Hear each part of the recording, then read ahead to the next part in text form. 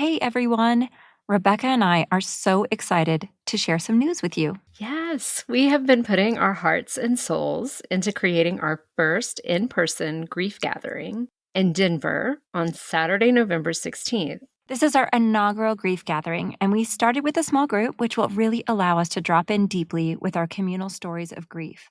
Throughout the day, we will offer practices that support, such as co creating a community altar, doing some gentle movement, journaling, meditation, and a lot more. So if you're in the Denver or surrounding area and this speaks to your heart, we hope you'll join us for this beautiful, soul-nourishing day. You can learn more and register on our website, allthegriefpodcast.com. We cannot wait to meet you or reconnect with you in person on Saturday, November 16th. See you soon. Hello, and welcome to All the Grief, a regular podcast for all those who have been touched by grief. We are your hosts. I am Rebecca Luttrell. And I am Andrea Rebecca. We are two friends, a therapist, and a social scientist, both highly sensitive fellow grievers, here to share our hearts as we talk about all the grief. Welcome, listeners. This is a really special episode. We're actually at the year mark. This is the final episode of our first year of Woohoo! All the Grief. Yes, I know. It's been a year. And yeah, there's so much that we want to say and reflect on. And we're even as we're like coming to this point in podcasting, we're starting to really have a sense of what's coming in the next year, which includes in-person gatherings and small few-day retreats and just things that feel like another way that we want to create community. And we've just appreciated every single one of you being part of this community at whatever point you've joined us to be at this place of a year of podcasting. Absolutely. It's hard to believe. It's gone fast in all the good ways of like it hasn't. There are moments that feel like work, like Rebecca editing. edits half of our episodes and I have to do Instagram. And, there are moments that feel like work, but for the most part, this has felt so easy. And so I just continue to be so grateful for you, my co-host, for taking this incredible leap and journey, and for everyone who has tuned in and shared and sent us encouragement and reflections. I'm so grateful. And Rebecca and I have had, like from the beginning, a sort of list of dream guests. And the guests on this episode were on it. And so I just feel like all the things that we imagined, Rebecca, are coming to fruition. And I'm really, really proud of us. I second that sentiment. Yeah, and I guess we would just keep like shouting into the dark because we love talking about grief in general and grief work and how we metabolize our grief. But then we've had just an incredible year of people sharing podcast episodes with friends and seeing that reach expanding, and then having people find us to be guests on our show has been so sweet and special. So it is wild. It's like I have to keep checking the calendar. I'm like, I know I said it was a year, but are we sure? Like, Has did it really been a year? So it's really a sweet moment to just sort of take and reflect. And yes, these guests on today's show were on our dream list and they came on and they were lovely. So yes. So enjoy our birthday episode, y'all.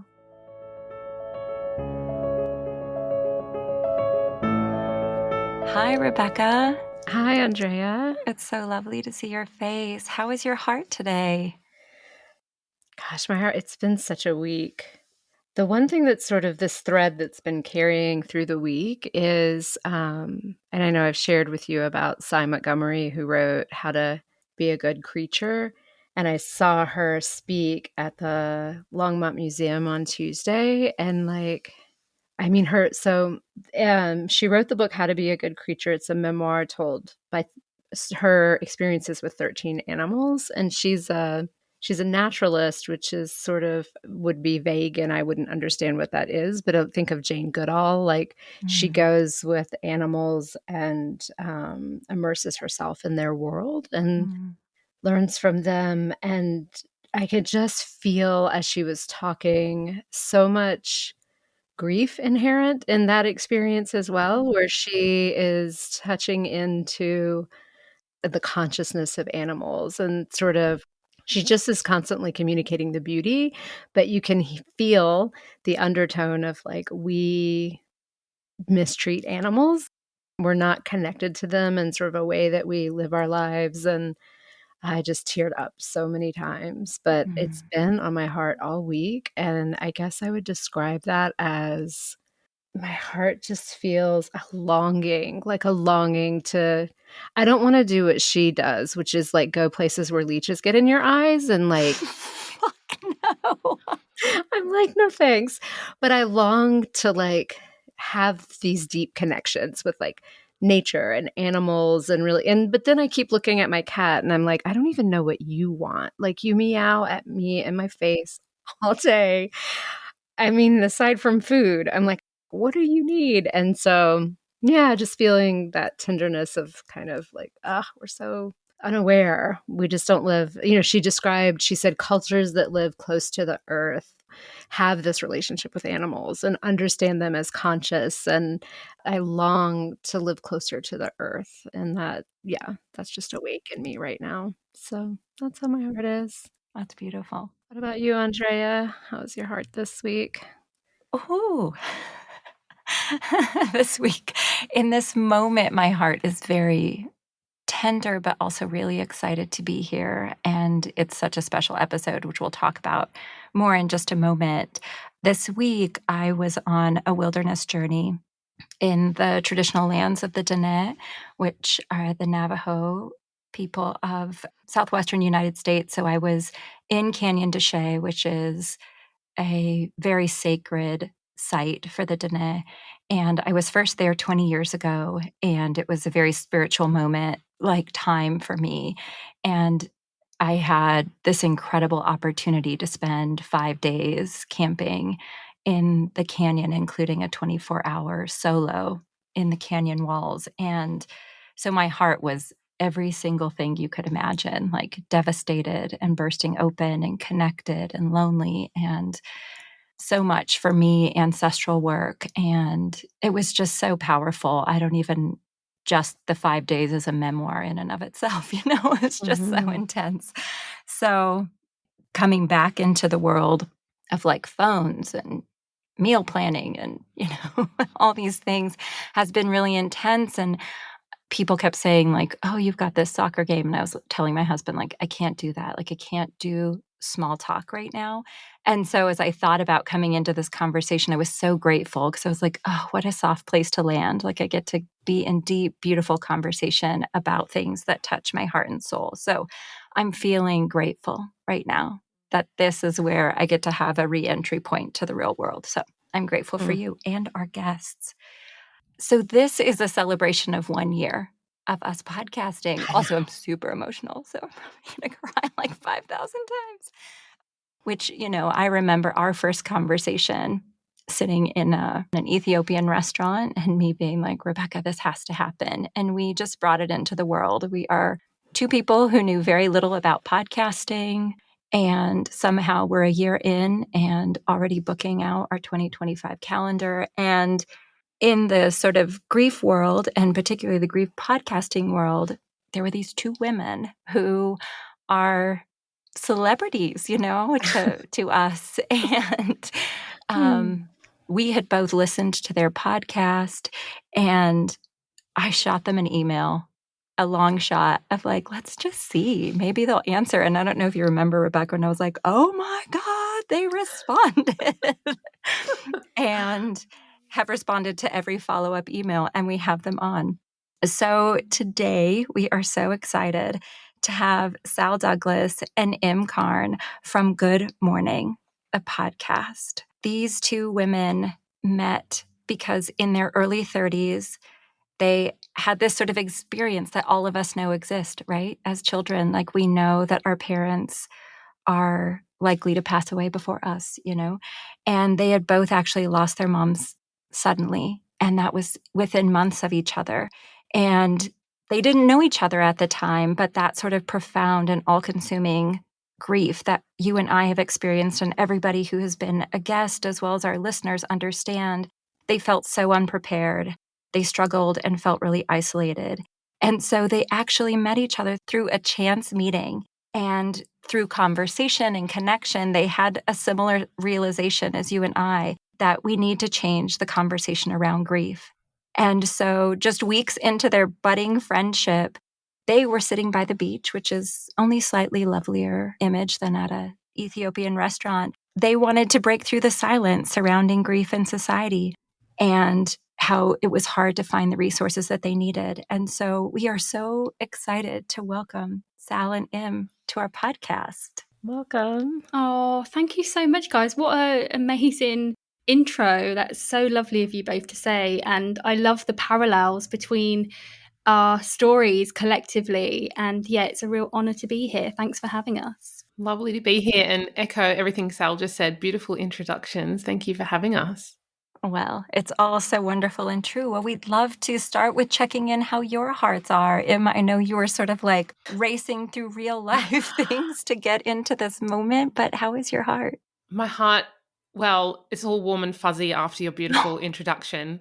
But on a deeper level, wow, I mean, it's 9:40 in the morning here, but we'll go there because we like to go deep, don't we, Sal?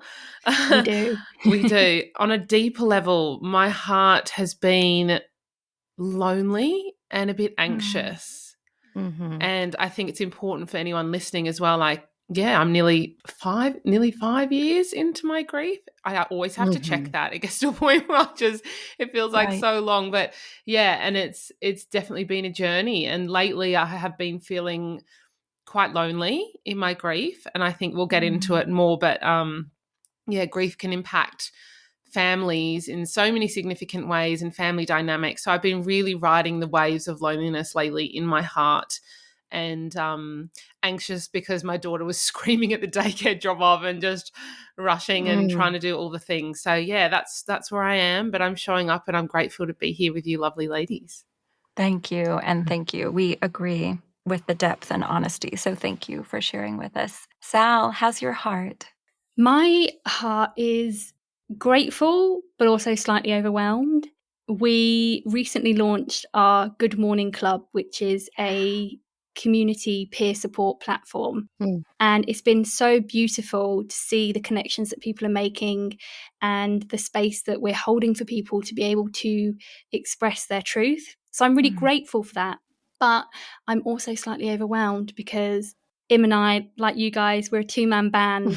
And sometimes when you're in this grief space and you're trying to do a lot of things, it feels quite overwhelming, as well as trying to hold space for your own grief. So I would say I'm both grateful and a tad overwhelmed. We understand that with our whole hearts and bodies and minds. Well, to launch in, I mean, I imagine so many of our listeners have also tuned in to Good Mourning podcast, but we'd love to sort of hear from you about what brought you into this grief world, which is such a bizarre world, yeah? Like beautiful and amazing, but also surprising in how it's sort of under the radar. So we'd love to hear what brought you here and together and to this beautiful place that you've built with Good Mourning and all the different tendrils. Sure. Meet cute, hey Im. Yes. And you're so right. Grief, it is wild when you think about how we all experience grief. No one is exempt. It's been around since the beginning of man, yet it does still fly under the radar, which is absolutely wild. So we love that you guys are doing what you're doing, because I think the more conversations about grief, the better, because we really do need to be better at talking about this human experience. And I guess I'll start with my personal story. My mum Rose died suddenly in November 2019. So it's coming up to 5 years. And it was a sudden seizure. She was healthy, and it came as such a huge shock. I was 33 at the time. I was supposed to have a call with my mum one evening and she didn't answer. And then the next day I got a call saying that she died. And everything in that moment changed. And I found myself on the next flight back to the UK, which, when you're deep in shock and grief, is not the best journey to take. Right. And I was just so unprepared for the magnitude of loss, for how it infiltrates every element of your life. It's not just sadness, it's so much more. It's, mental, physical, emotional, spiritual, social. And I think for me, it was this deep realization of how lonely this experience was. And it was like nothing I'd ever experienced and nothing I was prepared for. Like you said, we kind of all know that, I guess on a subconscious level, that our parents are probably going to die before we do, yet it's not something that you think about or really prepare yourself for. So when I turned up to a support group meeting looking for, I guess, connection with somebody who was going through something similar, which is where I met Im, I think it was that the driving force was that very deep loneliness and that social isolation. Even though I had support and I had friends and family, it was that feeling that nobody else quite understands what you're going through, and that feeling of like your grief is hidden almost, and you don't even understand it, right? Because we don't talk about it as a society. So it's just this, like, you're in this vacuum of confusion and isolation. And I guess that's what led me to the point where I met Im, and I'll pass him the baton. But yeah, that's kind of what got me into this grief world. Yeah. Thank you, Sal. Yeah. And I think the loneliness, I mean, like I mentioned before, I'm still battling with it at times, but it took us by surprise because you don't expect it to feel so lonely. I guess you don't expect it to feel anything because you don't really give grief much thought until you're in it. And so a bit of my story was I was a new mum. I had a 9-month-old baby at the time, a daughter, and mum was like my biggest support. She's the person who I called like 5 times a day to ask her, every question about motherhood and everything. And she was my best friend, and she was going through a lot at the time. A lot of the things I didn't really know what she was going through until after she died. But yeah, unfortunately, I got a call one morning when I was in the middle of moving house to say that she had died by suicide. And I just couldn't even wrap my head around that. She was the last person who I could have ever imagined doing something like that. And so I've learned the hard way that suicide doesn't discriminate. And like Sal, it just flipped my world upside down. Everything I thought I knew about the world was not true. And I all of a sudden felt very unsafe in my mind and in my body. And I just wanted to run away from this life. And it was really hard because I was a new mom. Obviously, I had to show up every day for this child who depended on me, who needed me, and I needed my mom who wasn't there anymore. So it was a really, really challenging time for me. In a sense, I feel like having my child made it harder, but also on the same note, helped me survive. It gave me purpose and got me out of bed, and I had to show up, and I didn't want her to ever have to go through what I went through with my mum. So it was a hard time, but yeah, so I felt really lonely. And like Sal mentioned, something that we hear from our community members all the time is how grief can feel like nobody understands what you're going through.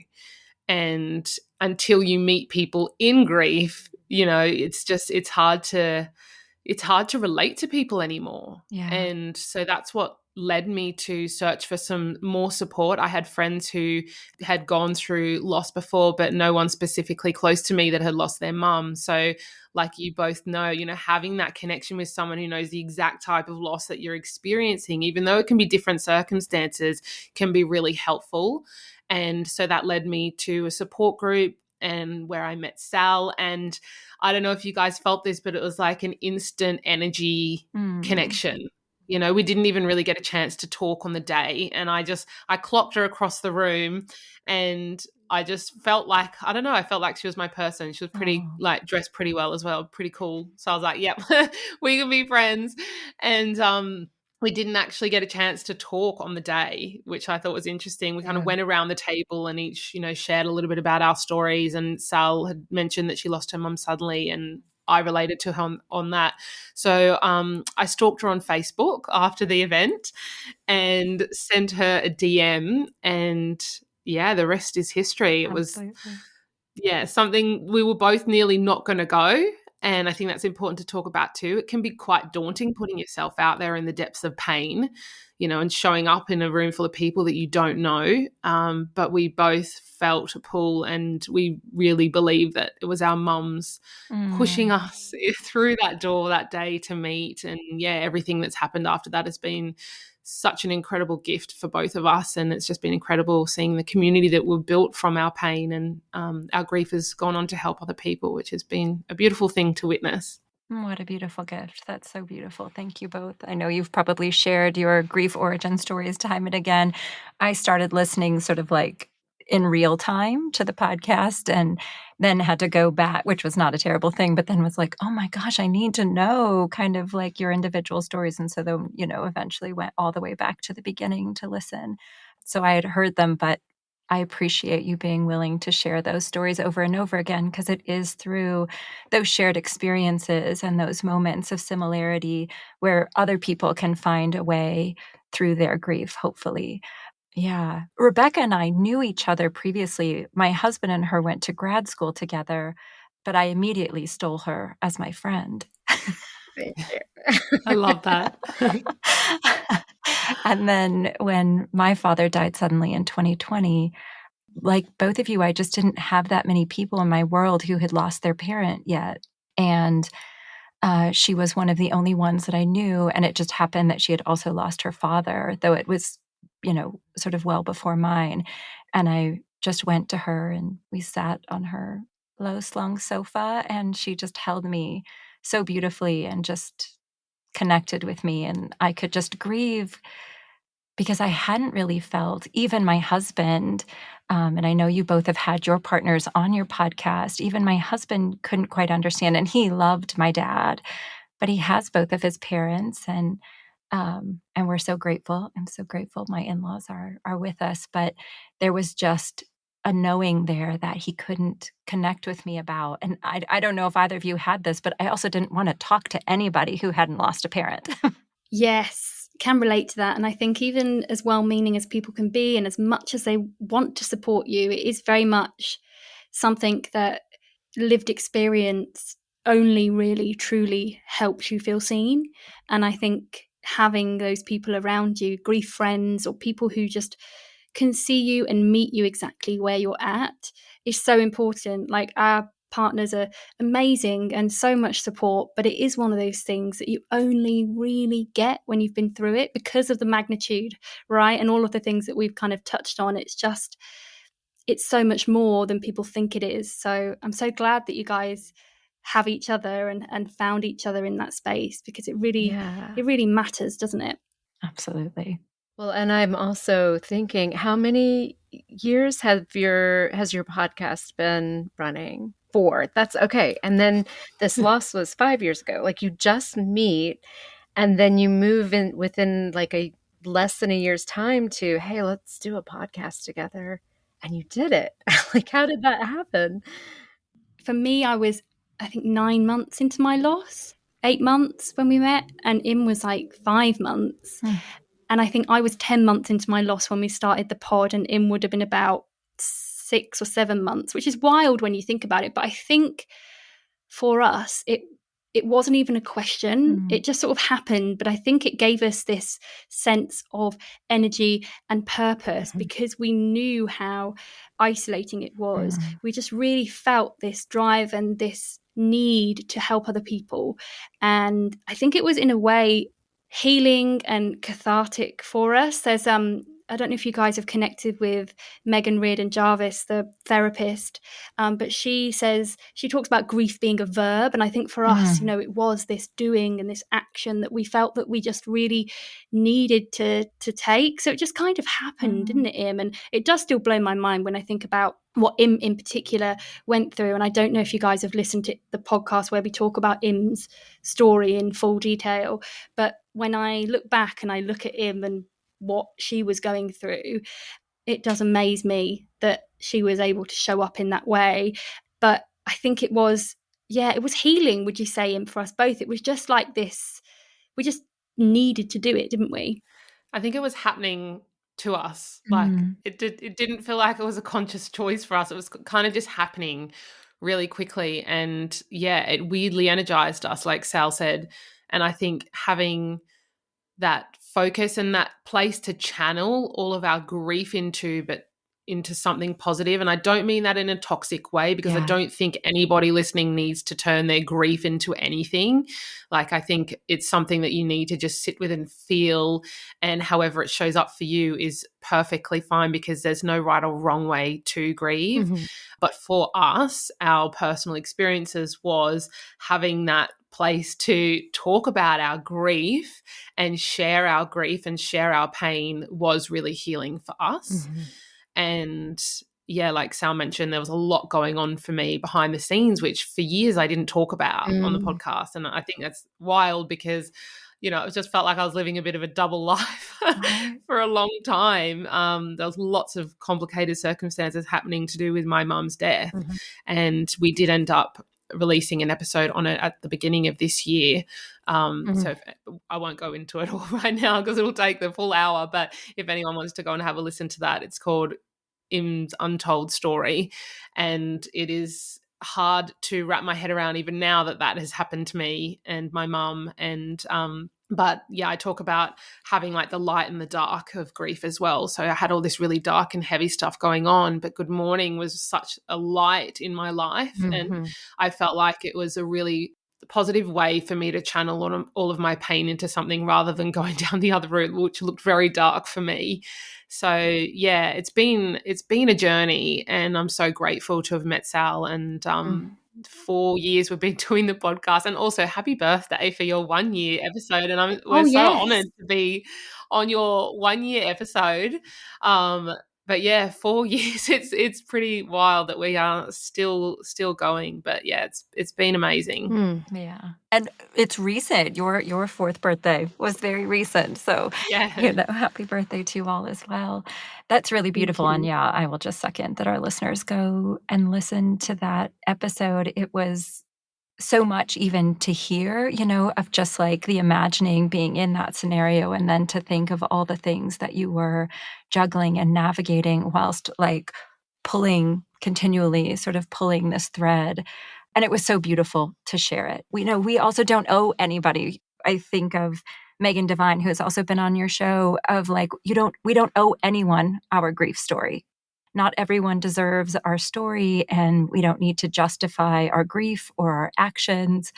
And yet you chose to share that with all of us. And it just felt so beautifully courageous. So thank you for making that choice, as I'm sure it was just complex, a complexity of emotions to do that, and to almost be your own guest on your own show.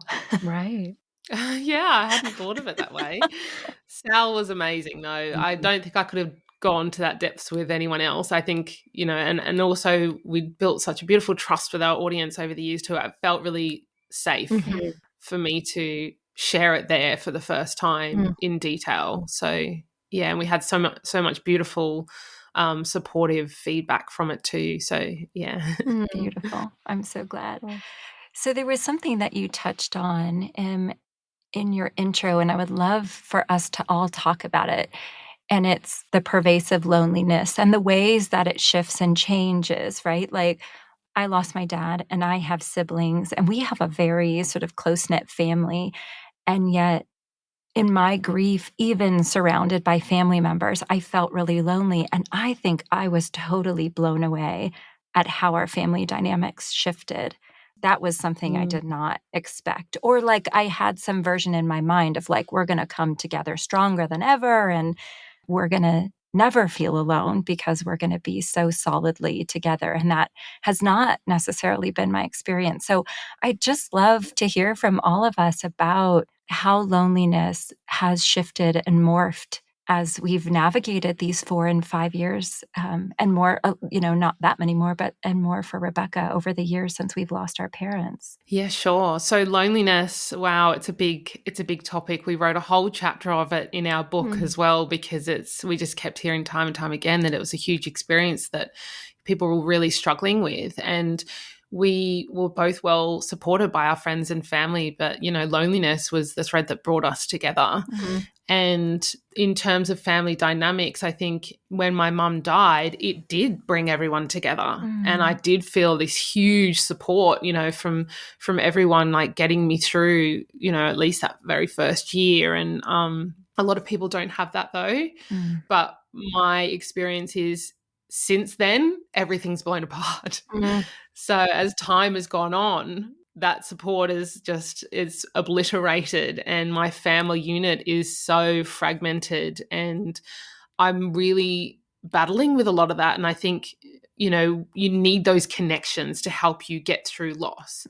And I'm grateful that I had those in the early days, but it is a deep longing and loneliness I have now, nearly 5 years in, for my mum, who brought us all together, who was the glue to the family, who would be the person to initiate, people to make up and just, have the family dinners and all those things. But yeah, there's no one doing that now.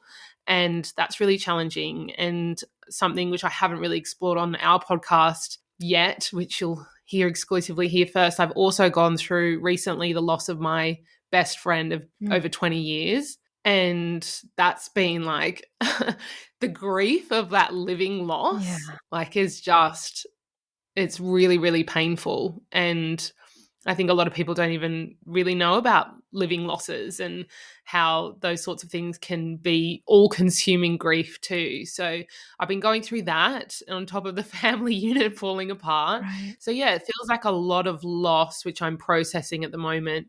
But yeah, I just would like to just share that, because there's no timeline to grief. And, how it looks in the early days can be very different to how it looks 5 years on, and people think you're over it.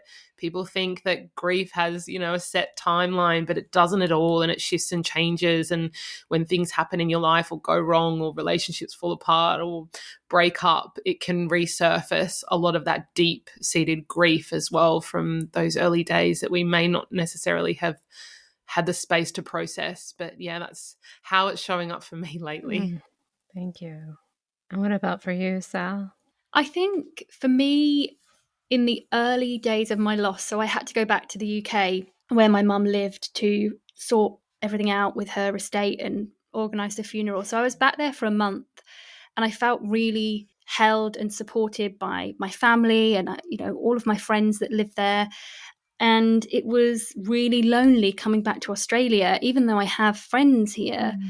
It was a very different kind of support, because back in the UK, people knew my mum, people knew me for years. And obviously, as you can tell from my accent, I'm not Australian, I'm an expat here.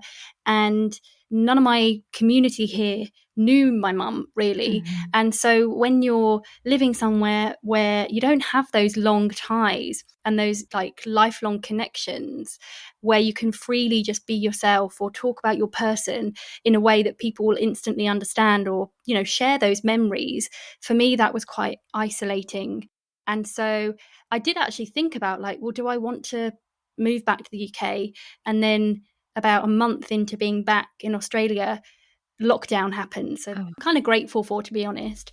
But I really had to focus on building my community here more and really building that up, which I've spent the last couple of years doing. And now it's incredibly supportive. And I feel like I look at the UK as an added bonus of amazing people that I have back there, but I don't long for that support like I did in the early days, because I realized how important it was for me to replicate that here. And I think another thing that I guess has helped me in my journey was reframing the different roles that people play, because I think often when we're grieving, especially when it comes to friendships, but it might also be family as well, we might feel like we need emotional support from everyone. And some people just aren't equipped to give us that. And so thinking about the different roles that people play, it can be really helpful with managing your expectations and in turn, easing those feelings of loneliness. So, for example, I realized that some of my friends just weren't emotional support buddies, but they were actually really practical. And so if I needed help with reading through documents to do with my mum's estate, and I needed that kind of detailed, practical person, then they were great, but they weren't going to be the sort of person that checks in often and asks me how I'm doing or feeling. Mm-hmm.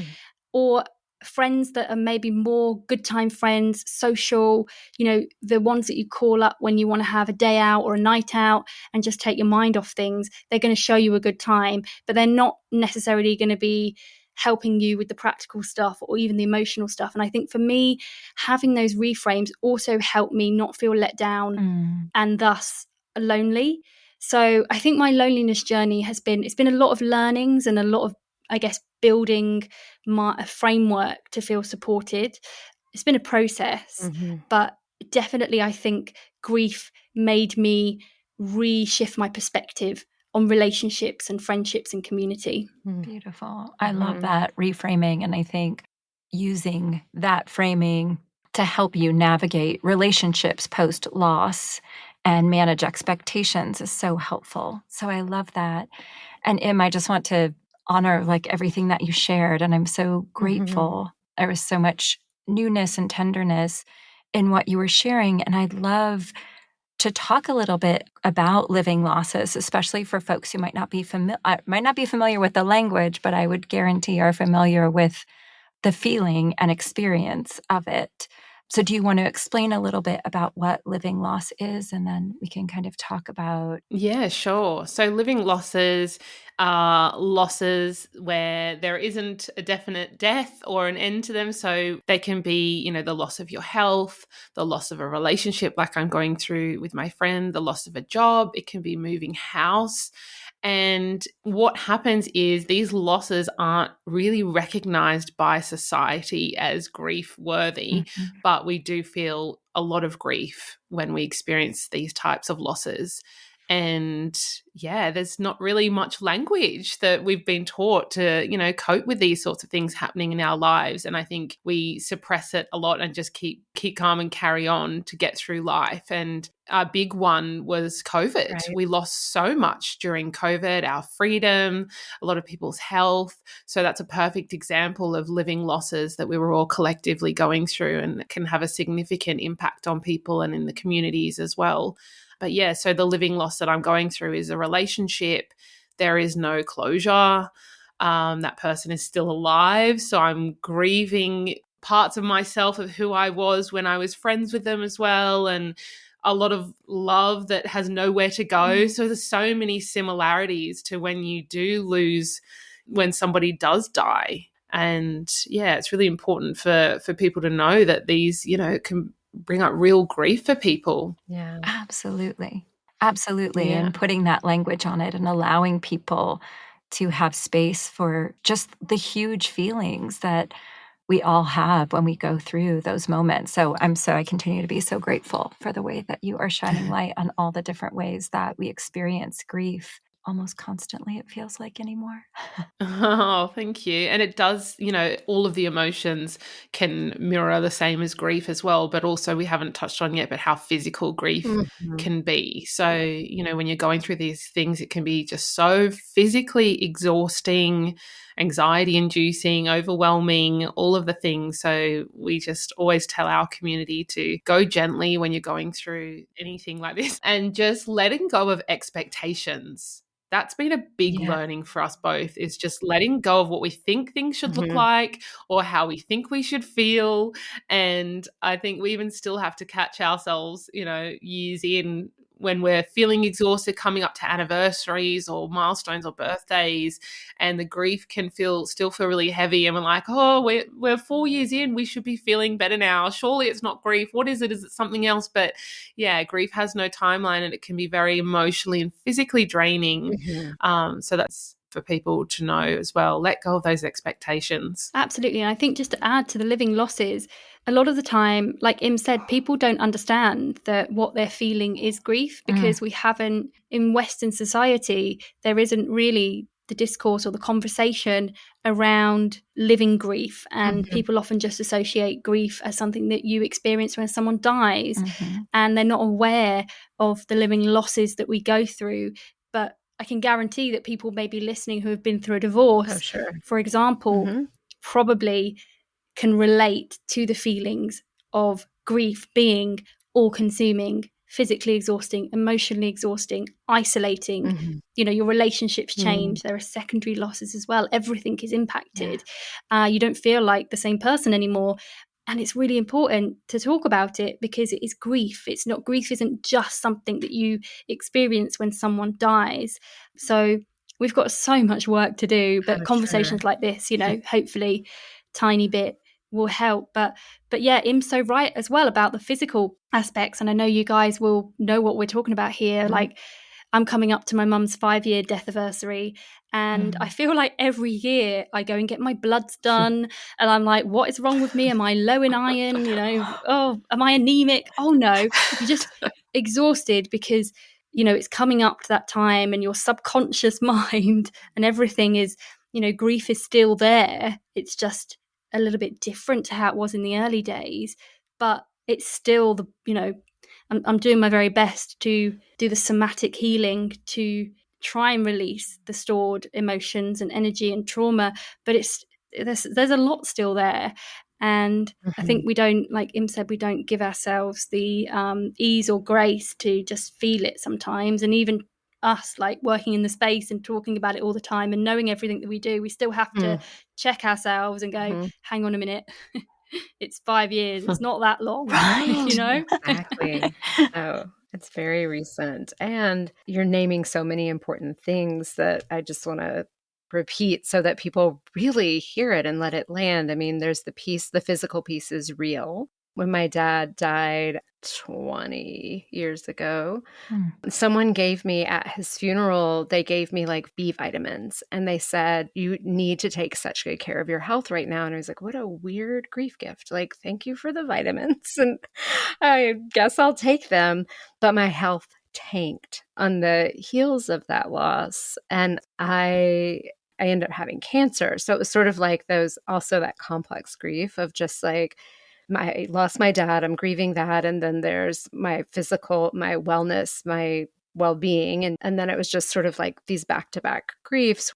And so it was like, even as I would find people who maybe understood grief, I felt like no one understands what it is to carry this much and suddenly feel completely unsafe in the world. That's where the loneliness came in, was the feeling that I don't feel safe, and people trying to talk me into feeling safe was the worst thing. Like, I hated when people are like, oh, statistically, probably nothing would happen again. And I was like, statistically, this shouldn't have happened. Like, I was just so done under by it. But it was this other piece that you've both mentioned. It was through finding a group, and it wasn't even a grief group, but it was just like a women's group, just being with like-hearted people who had experienced hard things in life and were there for support. And just like you mentioned, like there was a person that you're saying about Sal, I was like, she is going to be my friend. Like, I was just like, I like the way she's dressed. I like your bag. And we've been good friends ever since. But we both, similarly, her dad had died. And it was, there's something that the heart knows or the spirit knows, or like you're saying, your moms drew you together. It's important to start to be in those spaces because you're going to find your people. And it doesn't completely cure the loneliness, but it's just like knowing I might still feel lonely in my particular grief, but I'm not alone. I can actually talk about it and someone can hear me. It feels so important to help people feel like, oh, these things are normal, that there's living losses, there's grief losses. Sometimes these are happening together, and there's the way that it happens in the physical. Totally. And find your people. And I think that's why community is so important, and support does start at a community level, because we're not supposed to go through these things alone, and having that space where you find people who understand what you're going through and you feel like you can speak your truth without having to suppress it or pretend that everything's fine, or feel like you can tell people how you're doing but they won't understand or they'll shut it down.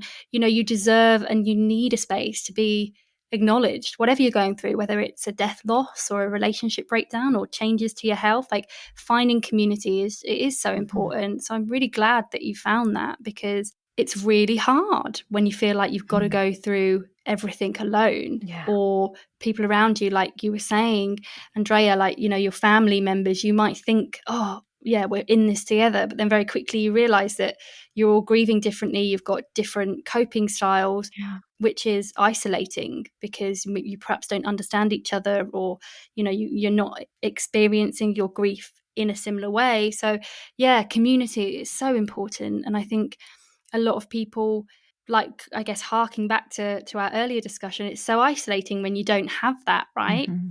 Absolutely. I think I wanted, my coping style was for all of us just to be together all the time. And my different members of my family just needed different space. And like your mom, I felt like, people came together like in some beautiful but kind of duty for my father. And as I sort of took up the mantle of being the gatherer, I didn't carry as much weight as my father did.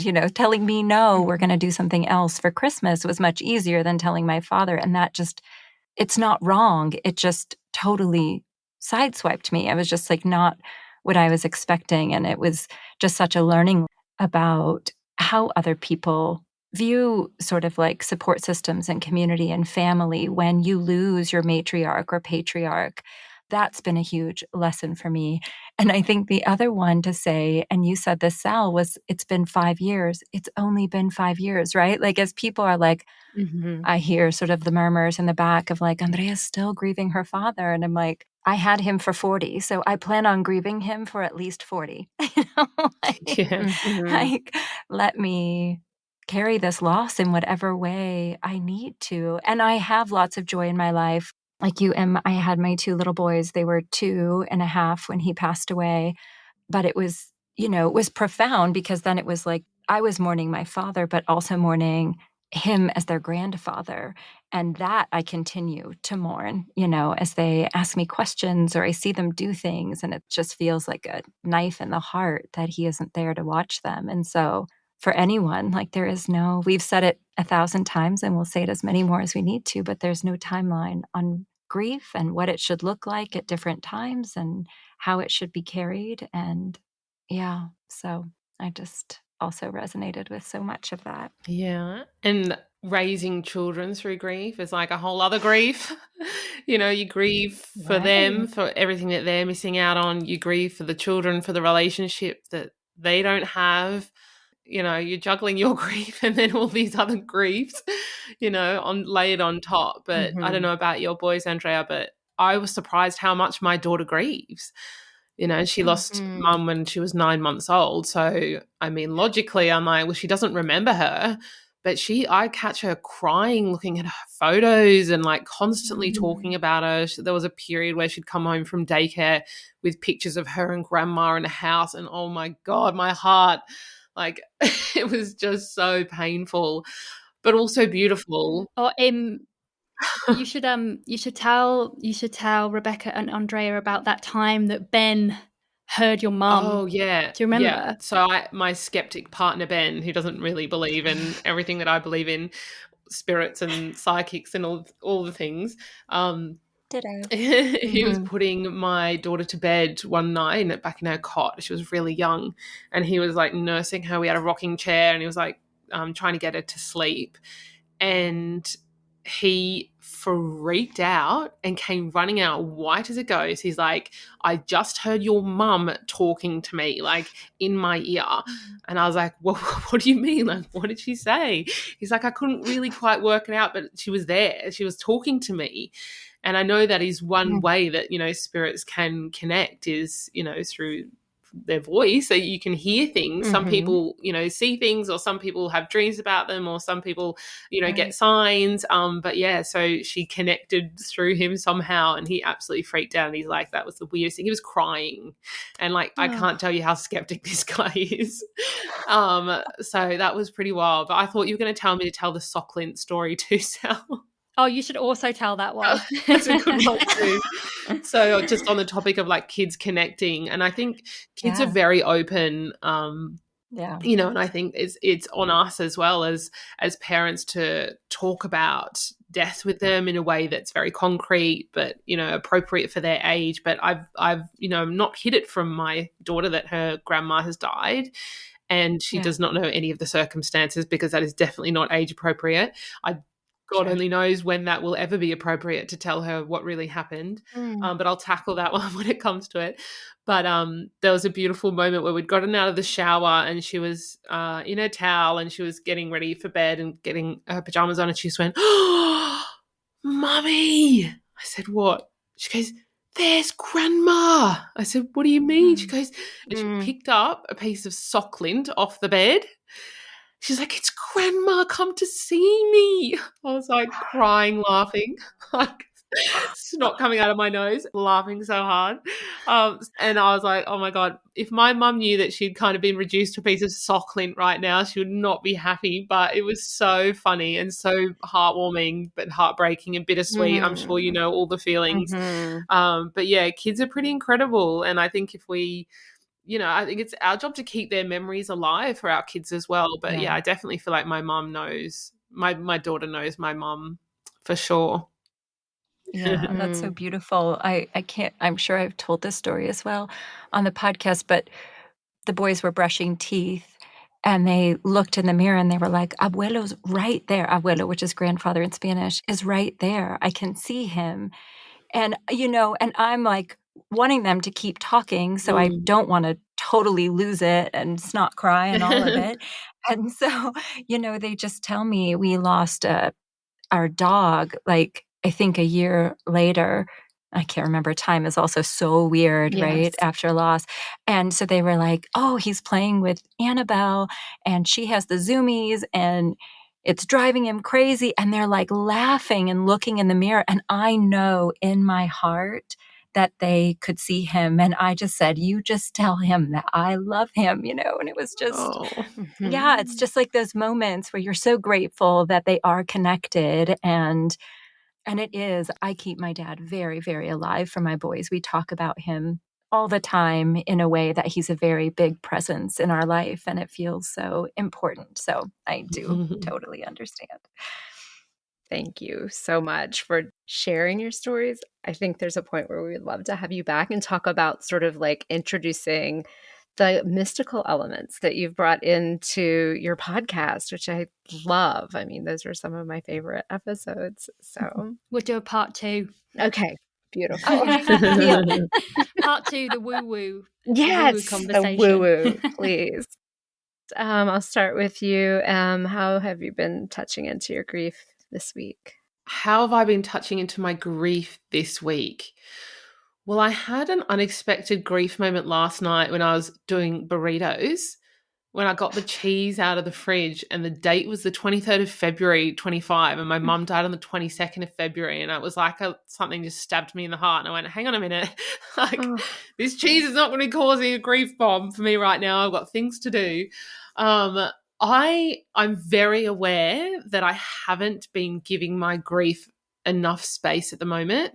I feel so busy just with, work and parenting and all the things that grief has definitely been on the back burner. And Sal and I can feel it when we know we need a grief sesh, we call it, which is where we like go into our room, we get out the photos and put on the funeral songs and all the things and sit with our grief and let ourselves cry. I have not done that for a long time, and I can feel it in my body that I really need to. It's almost like this anxious energy that sits like high up in my chest, and I can feel it at the moment. I'm kind of just on edge all the time. So I probably do need a good cry or a release of some sort. And I haven't been doing that. And I'm very self-aware that I haven't given it that time and space because life is busy, and as everyone listening will know. And so I'm definitely going to try and carve out some time to honor my grief. Beautiful. Thank you. Thanks, Im. How about you, Sal? How are you touching into your grief? I am touching into my grief at the moment somatically. So a big part of, I guess, our journey, Im and I collectively and separately, has been understanding the mind-body connection and really learning how we hold grief in our bodies and emotional stress and trauma. And so I've started a breathwork facilitator training course which is 3 months. And as part of that, there's a lot of self-study and self-practice.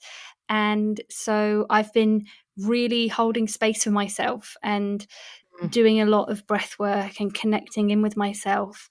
Yesterday, I felt really overwhelmed. And so I spent a lot of time just going into my breath. And so that's how I'm, I guess, connecting into my grief is through breath at the moment. Beautiful. That is beautiful. Thank you so much. Oh, amazing. Thank you. Oh, thank you.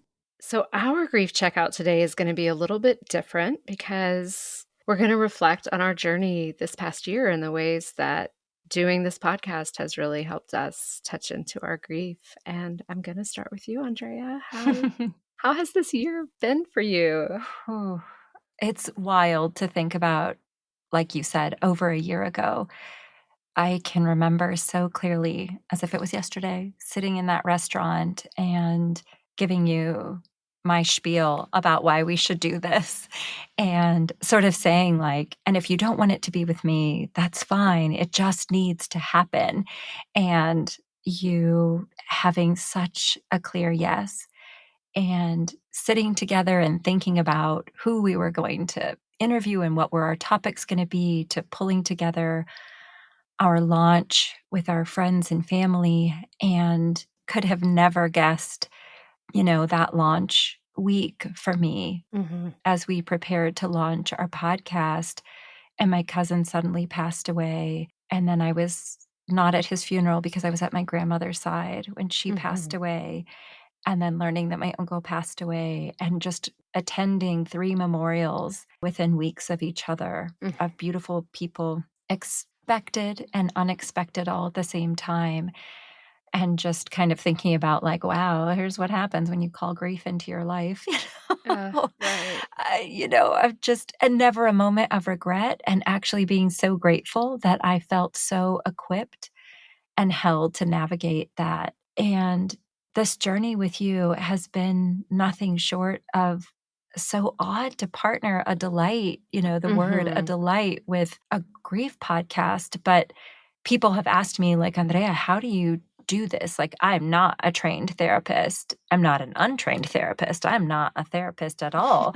How are you doing this to sit with such heavy stories and such heavy grief on a weekly or biweekly basis? And I've had to think about that question. And I think I've shared this with you. I don't feel like I'm necessarily sitting with grief. I truly feel like I'm sitting with love, the depths of people's love, which has had so much tragedy. We have heard such touching, tragic stories, but the tie between all of them and all of us has been such profound love that for me, I don't feel like I'm sitting in sadness. I feel like I'm sitting in just such tender love. So for me, this year has been about love and connection. How has this year of our grief journey together been for you, Rebecca? I'm glad you went first. It was beautiful to get to hear that sort of integrated something for me too, that you're right. It's stories of love, and that kind of that way that grief and love, I know that we can get into the weeds around, is all grief love, or, but that there is something, even when the grief is complicated and maybe you wouldn't describe the grief as love, or you wouldn't say, this is my love for this person. There's something about letting yourself grieve and being able to grieve that is self-love. And that feels really important. But yeah, this year has been amazing. Yes, when we sat in that restaurant and it was funny because I was talking about a potential podcast with another friend, and you said, well, on the way here, I was thinking, I wanted to ask you if you want to do a grief podcast, but it sounds like you're doing a lot, because I also had this, side project with my brother and cousin. And I went home that night and I was like, well, I don't feel like I'm a no to it. And I really sat with it and I was like, can I do 3 podcasts? I was like, yes, I can. But what I felt so clearly was, I know this is a yes. So I just have to keep moving in this direction, because there's something I can't say no to this. Like this needs to happen. And it's been so sweet for me in this past year is the ease, the way our creative energy works together, the way that we come up with, like, let's do this episode, let's do that. And we're like, oh my gosh, we have a million episodes already that we need, that we're trying to tackle. And then, wait, people are contacting us. I guess we'll do that episode later because this author has a book coming out. And it's just felt like a flow and an ease and organic. And also, I have a lot of friends that are like, I don't know how you sit with grief all the time. And I think it's important what you're naming, which is like, these are stories of love. These are human stories. And I think for me, the thought wasn't, yeah, let's do a podcast and we'll just sit with grief all the time. Like, that's not what I was thinking. I was like, I am longing to be having real conversations about the experience of being human. And that's what's happening here. And it's just, it's an inevitable human experience that our lives will be touched by grief. And even if right now some people are thinking, I'm not listening to your podcast because I don't like grief, that's valid. And at some point, your life might be touched by grief, and these conversations are here if you need someone to validate and normalize what you're experiencing. So it's wild. And I have a vision that we will be doing this for many years, and that feels exciting. I can't wait. I'm so grateful. It was a yes. I'm so grateful I put it out there and asked you. And I'm so grateful for everyone who has made this possible by, reaching out to be a guest. Our editor reached out to us and said, I want to edit your podcast. And he has been such a gift. And everything that has surrounded this podcast has really just shown us that we're on the right path. So I'm so grateful for you. I love you, Rebecca. I love you, Andrea. Bye, y'all. Bye. Thank you for listening to this episode of All the Grief. You can find us on Instagram at All the Grief Pod. And please take a moment to rate our podcast and share us with your friends. We'd love to keep expanding our reach to all the people who could benefit from conversations on grief. Take care.